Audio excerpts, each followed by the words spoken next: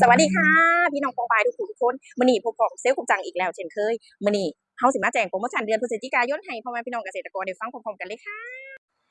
ลดกระหน่ำในรุ่น New Holland ที่2.50ขนาด50แรงม้าที่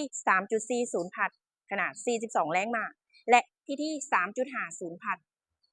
ขนาด50แรงม้าและนอกจากนั้นขยับขึ้นมาอีกก็ยังมีส่วนลดในส่วนของ New Holland ที่4.65ที่4.75และก็ที่4.90พัดน้ำค่ะพี่น้องซื้อรถแท็กเตอร์กับอวยใช้แท็กเตอร์มือนี่ได้ยังบ้างมาฟังกันเลยค่ะ1ซื้อรถมือนี่ผ่อนอีกที่ปีหน้าเลย2ซื้อรถมือนี่แถมวีบก่อนต่อพ่วง3รายการไปเลยค่ะ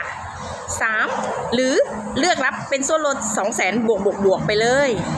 นอกจากนั้นแน่นอนเลยยังฟรีทะเบียนพรบ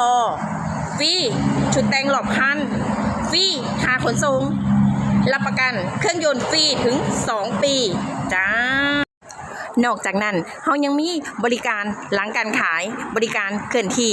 ไปให้พ่อแม่พี่น้องเกษตรกรอย่างรวดเร็วฉับไวทันใจใส่งานแน่นอนจ้า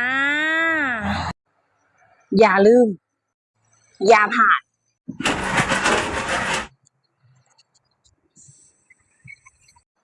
สนใจสามารถติดต่อสอบถามเพิ่มเติมได้ที่เบอร์0611070385กบจังที่ปรึกษาการขายอวยใช้แท็กเตอร์สาขาขอนแก่นตั้งอยู่อำเภอโนนศิลาติดถนนมิตรภาพเส้นขอนแก่นโคราชโทรมาหาหลายๆเด้อจ้าพี่น้องบ๊ายบาย